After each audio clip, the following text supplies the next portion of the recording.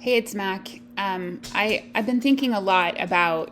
I've seen some videos in the last few months about like stealing people's destinies, and I think that that really holds up where Britney's concerned. I think a lot of her fans have asked like, what would she have accomplished had she not been trafficked? Um, I think that's an important question to ask. I definitely think she has not gotten the accolades that she deserves, and everything around the money, especially the perfume, is intentionally wrong. So, I mean, even this, as of 2009, she claimed to have sold 30 million bottles worldwide. Well, let's just click on Curious. So, it's reported that by 2011, Elizabeth Arden reported that she had done cumulative sales of Curious of more than 700 million units. Women's Wear Daily from that time period reported that there were two sizes in the bottles. There was the smaller bottle at like 39.95, and I think that was like an ounce or something like that. The bigger bottle was priced at 49.95. I've done this math before, but I'm going to do it again because I think it's important, especially given Cade's ongoing behavior. So if you just take the smaller bottle and you price that's at 39.95 and you multiply that times 700 million, that's about $28 billion in sales, and that's just the lesser bottle. Like, so it's highly possible that the revenue by 2011 from just that fragrance was more than $28 billion. Now, it was reported that in 2004, she reportedly took home the 52 million from her Elizabeth Arden contract. So they did over 100 million in sales, and she took home 52 million. So I don't think it's a stretch to say that she had more like at least a 40-60 split. So 40%, right? 40% of, let's see, what is 40% of 28 billion? They didn't do that very nicely, did they? They didn't really do it great. What is 40% of a billion? 400 million. Okay, 400 million times, 28. At the end of the day, I think the point here really is that it's highly likely she was already a billionaire by the time that they got a hold of her estate and finances in 2009. So that's when Lou and Jamie renegotiated the Elizabeth Arden contract and made it so that everybody signed a non-disclosure agreement. So here's the thing. I mean, the Wikipedia is fundamentally wrong, and I think it's intentionally wrong. So the number that they like to throw out, they're saying as of 2012. As of 2012, she had grossed. Obviously, that's not true because we just did the math.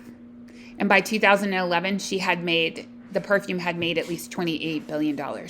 So all of this shit is intentionally wrong because there's just so much money in play.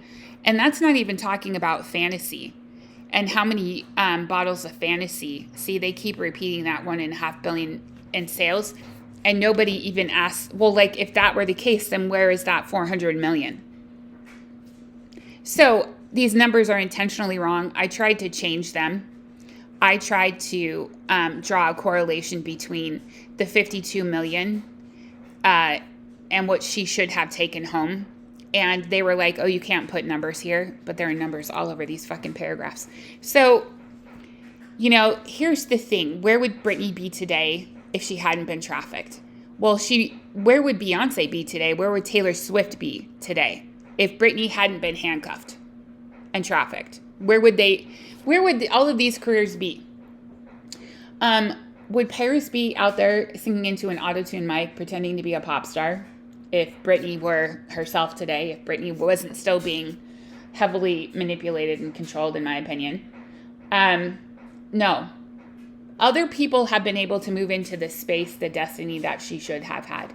So, I mean, the other obvious thing is that, because people look at her Instagram account and think that she's unwell, people have probably, since the end of the conservatorship, like I wouldn't doubt that in 2021, when the conservatorship ended, the offers to invite her to things probably flooded in. And who did those go to? Because nobody could reach her. They went to Kate Hudson. So how easy for him is it to say, oh yeah, she'll be there, and then he shows up in her place? So he's out there singing her songs and acting like he's holding a concert. He's out there gatekeeping any and all access to her. So is he not as bad as everybody else, if not worse? Because he has to know. He has to know the numbers on this. And he has done nothing to repair or change the idea that somehow she deserved that shit when she didn't. Like, I just saw a couple of girls on a podcast talking about how now we understand she was medicated and she was having a script fed to her, but that's what she needed at the time. No, nobody needs to be trafficked. No, it's all just a big lie. It's the entertainment industry seizing an opportunity to put their people into a place that should have been occupied by Britney. It's an opportunity to give people who are mediocre at best opportunities and accolades they don't deserve. It's Kate Hudson's opportunity to cosplay being a superstar when he is seriously a loser who can't even carry a tune. This is my opinion. This is my belief. And it's wrong. And I think the thing that upsets me the most is that nobody has a conscience. Nobody has a conscience. Not even Rosengard has enough of a conscience to set the record straight. This shit is facts. This shit is verifiable fact. And nobody will say it. Instead, they just lie. As of 2013, Britney's fragrances earned $30 million a year. And what's the source on that? It's probably Robin Greenhill, the 10 best-selling perfumes. I mean, all of this shit is coming from Team Con. It's wrong. It's just wrong. And nobody seems to have a conscience. And I don't know what it's going to take for Britney to, like, snap out of it.